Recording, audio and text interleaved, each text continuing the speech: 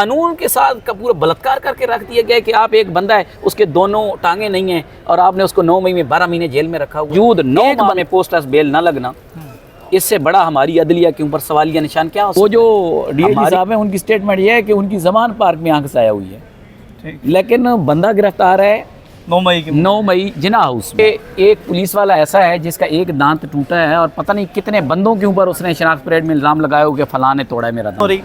इंसाफ में इतनी ताख़ीर क्यों हो रही है? पाकिस्तान का कानून इन्ना लिल्लाहि व इन्ना इलैहि राजिऊन क्यों हो चुका है? एक बंदा कोर कमांड हाउस के करीब उसका घर है, मैंने जज को बिल दिया उसके घर का कि भाई ये 65 में इसके घर का मीटर लगा है, ये तो 65 से वहाँ रह रहा है, तो इसकी तो जियो फेंसिंग आनी है। तो वो जज हंस के मुझे कहता है कि इसका साबित हो गया है कि ये यहाँ पे मौके पे था। अस्सलाम वालेकुम नाज़रीन, आप यूट्यूब चैनल शाकिर महमूद अवान देख रहे हैं। 9 मई के केसेस के हवाले से मलिक परवेज़ उम्मी साहब से बात करेंगे। सबसे अहम जो पॉइंट है वो सुप्रीम कोर्ट में 4 ज़मानतें जो हैं वो बाद अज़ गिरफ़्तारी लगी हुई हैं और 9 माह से वो ज़मानतें समाअत के लिए मुकर्रर नहीं हो रही। इंसाफ में इतनी ताख़ीर क्यों हो रही है? पाकिस्तान का कानून इन्ना लिल्लाहि व इन्ना इलैहि राजिऊन क्यों हो चुका है? क्या वजूहात हैं? और 9 मई के केसेस के हवाले से सबसे ज़्यादा जो मुकदमात जिन लोगों की ज़मानतें फ़ाइल की वो मलिक परवेज़ उम्मी ने की। मलिक साहब, सबसे पहले तो हम इन 4 लोगों के बारे में जानना चाहते हैं कि इनका गुनाह क्या था, इनकी ज़मानतें कब खारिज हुई और अब तक सुप्रीम कोर्ट में ये समाअत के लिए मुकर्रर क्यों नहीं हो पा रही? शाकिर भाई, सबसे पहले आपका थैंक यू। शाकिर, बात यह है कि इनका जुर्म है पाकिस्तानी होना, इनका सबसे बड़ा जुर्म है पाकिस्तान से मोहब्बत और इस मुल्क में रहना। वरना जो लोग इनको इस स्टेज तक ले गए हैं उनके तो बच्चे वैसे भी बाहर हैं, वो खुद भी यहाँ रहना पसंद नहीं करते। हाँ, वो जब इक़्तिदार में आते हैं आ जाते हैं, तो जैसे इक़्तिदार जाता है तो वो भी बाहर चले जाते हैं। इनका जुर्म कोई भी नहीं है इन चारों के हवाले से। मैं आपको बताऊँ कि इसमें रज़ा अली है, रज़ा अली वाहिद घर का कफ़ील है, बाकी उसकी बेटी है, उसकी बीवी, उसकी बहन और एक उसकी बुज़ुर्ग वालदा है। आपने ATC में आते उनको देखा होगा, उनकी वालदा को। इसका जुर्म ये है कि ये जियो फेंसिंग में आ गया जी।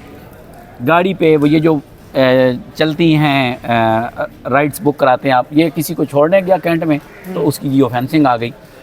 और इसका जुर्म बताऊं कि एक पुलिस वाला ऐसा है जिसका एक दांत टूटा है और पता नहीं कितने बंदों के ऊपर उसने शनाख्त परेड में इल्ज़ाम लगाया हो कि फलां ने तोड़ा है मेरा दांत। यानी एक दांत जो है वो तकरीबन को दर्जनों, हाँ जी, अब इस लोगों ने एक जो ज़ैनुल आबिदीन नियाज़ी है उसकी इसी ग्राउंड पे बेल हो चुकी है कि उसने इस पुलिस वाले का दांत तोड़ा। तो मैंने रज़ा अली की भी ATC के जज के सामने शनाख्त परेड रखी कि भाई इसका दांत तोड़ा किसने है। काशिफ ने भी इसका दांत तोड़ा है, ज़ैनुल आबिदीन ने भी तोड़ा है, रज़ा अली ने भी तोड़ा है। तो भाई दांत तो एक टूटा है, चोट एक लगी है। इस ग्राउंड के ऊपर जो है जज ने उसकी बेल दे दी।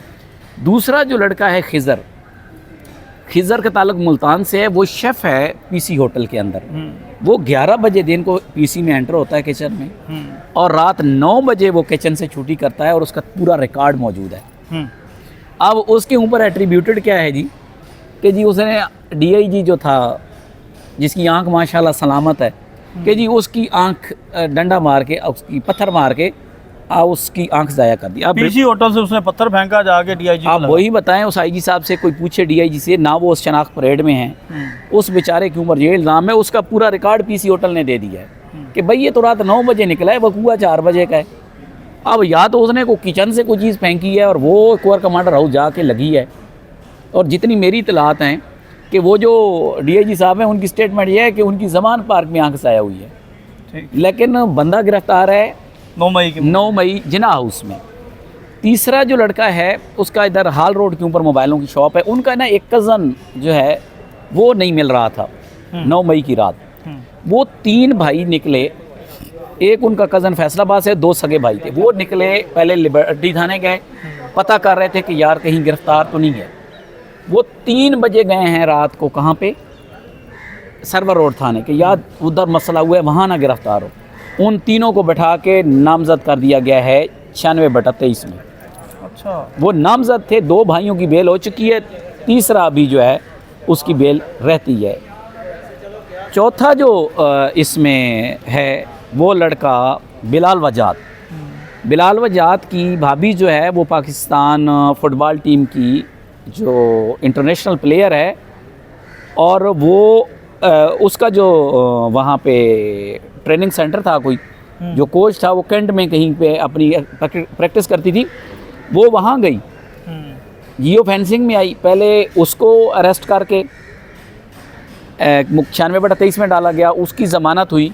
तो ये पुलिस ने ना ATC के जज के एक रिमार्क्स में आपको बताऊं, उसने बड़ी अदालत में कहा कि किसी को 9 मई का फ़ायदा हुआ हो ना हुआ हो, पंजाब पुलिस को फाइनेंशियली बड़ा हुआ है कि पंजाब पुलिस ने अखीर की है इसमें। अब जाके मैंने फ़ायदा किस तरह हुआ भाई, लोगों ब्लैकमेल हुए हैं, पैसे लिए, शनाख्त परेड में पैसे लिए गए, बेलों में पैसे लिए गए, डंडा नहीं डालना, पत्थर डाल देते हैं, पत्थर नहीं डालना, ललकारा डाल देते हैं, क्या कुछ नहीं हुआ यहाँ पे। वो तो चलो वक्त पे चीज़ें सामने आएंगी, ट्रायल होगा तो आपको बताएंगे क्या हुआ। यहाँ तो लोगों की तलाक़ें करवाई गई। बात ये है कि वो जो बंदा है, करवाई गई तलाक भी इसी तरीके से फैसलाबाद से बंदा उठा के उसकी तलाक करवा दी गई। बीवी को इधर 2 मुकदमात में डाला कि बीवी को तलाक दो, वरना तीसरे में भी डाल देंगे। फैसलाबाद के बंदे को लाहौर के 9 मई के मुकदमे, वो कभी भी पिछले 6 माह में नहीं आया था लाहौर में। इसके ऊपर आपको मैं पूरी तफसील दे दूंगा, इसके ऊपर एक आप पूरा प्रोग्राम कर सकते हैं। दूसरी बात, जो बिलाल वजात है, बिलाल वजात का असल कसूर ये था कि उसके जब घर गए तो उसका वलीमा था, वहाँ से कुछ अफसरान ने गोल्ड उठाया। अच्छा, वो गोल्ड 10-12 लाख रुपए का था। वो उसके वालिद ने कोई कंप्लेंट की थोड़ी बहुत पुलिस को कि यार मेरे घर आए, तो बिलाल वजात को उठा लिया गया। बिलाल वजात को सबसे पहले डाला 1271 में कि जी तुमने आग लगाई है अस्करी टावर को। मैंने बेल फाइल की, वहाँ से ज़मानत हो गई, जेल से निकला, फिर अरेस्ट हो गया। अरेस्ट होने के बाद बताया गया कि जी आपने क्लाशनकोव छीनी है एक पुलिस वाले से। कहाँ पे?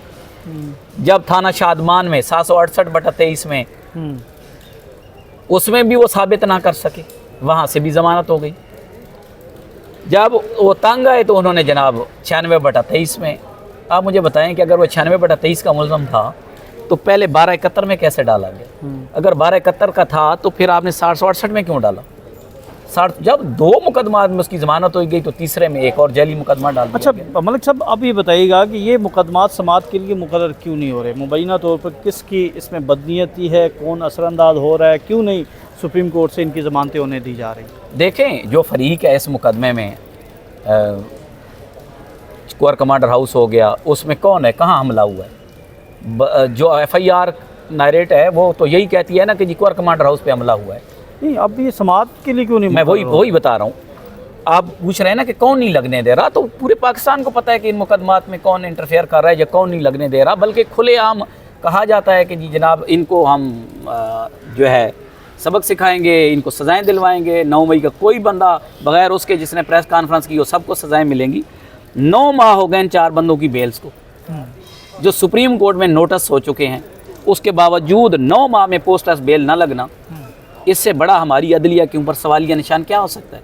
हमारी अदलिया जो है, चलो जैसी भी थी, टूटी फूटी चल रही थी, लेकिन ये पिछले 1.5-2 साल में तो ये इस कदर एक्सपोज हो गए हैं कि ये तो 2 सुप्रीम कोर्ट चल रही हैं आपके मुल्क में, चल रही हैं कि नहीं? बिल्कुल। रोज़ाना एक नया असम्बली बिल पास कर देती है कि 2 मशवरा करके केस लगाएंगे। जब वो 2 को गलत लगा देते हैं तो उसको वापस लेके 3 लगाएंगे, फिर अचानक वो सारे आर्डर्स ही वापस ले लिए जाते हैं। बात यह है कि अदलिया को तो ये पहले भी अपाहज थी, इस अदलिया को पिछले 2 साल में तो इतना अपाहज कर दिया गया है कि एक आम आदमी, मैं वकील हूँ, एक आम आदमी की ये हालत है कि आम आदमी कुरान लेके आ जाता है ATC में, जज को कहता है कि जी आप हाथ रखें कि मैं मुल्ज़म हूँ, या SIO को कहें कि हाथ रखें कि मैं मुल्ज़म हूँ, मुझे सज़ा दे दें। अगर ये हाथ नहीं रखता कुरान पे तो इसका मतलब है मैं बेगुनाह हूँ। मैंने एक ATC के जज को कहा, मैंने कहा जी इतने अरसे की वकालत के बाद मेरा दिल करता है कि 5-10 बकरियां लेके ना मियाँ वाली वापस चला जाऊँ। मैं इतना फेड अप हो चुका हूँ। वकालत नहीं चल रही इसलिए? वकालत नहीं, कानून के साथ का पूरा बलात्कार करके रख दिया गया कि आप एक बंदा है, उसके दोनों टांगें नहीं हैं और आपने उसको 9 मई में 12 महीने जेल में रखा हुआ है। एक बंदा है कि जो 18 मई को जेल से निकल रहा है अपनी सज़ा पूरी करके, बाहर से पकड़ के आप उसको 9 मई के मुकदमे में डाल देते हैं और वो 10-12 महीने पड़ा रहता है। बच्चों को उठा लिया आपने, औरतों को उठा लिया। कानून क्या है? एक बंदा स्क्वायर कमांडर हाउस के करीब उसका घर है, मैंने जज को बिल दिया उसके घर का कि भाई ये 65 में इसके घर का मीटर लगा है, ये तो 65 से वहाँ रह रहा है, तो इसकी तो जियो फेंसिंग आनी है। तो वो जज हंस के मुझे कहता है कि इसका तो साबित हो गया है कि ये यहाँ पे मौके पे था।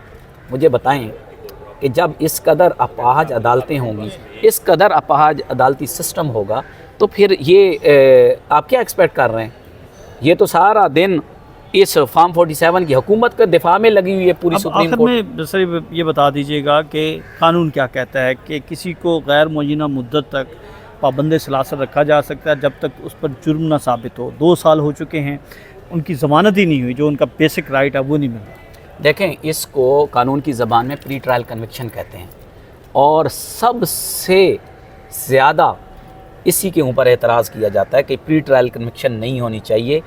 अगर बंदा मुल्ज़िम है उसकी ज़मानत दे दें, मुल्ज़िम है वो ज़मानत के बाद को केस से तो नहीं निकल गया, आप उसके खिलाफ एविडेंस लाएं, ट्रायल करें।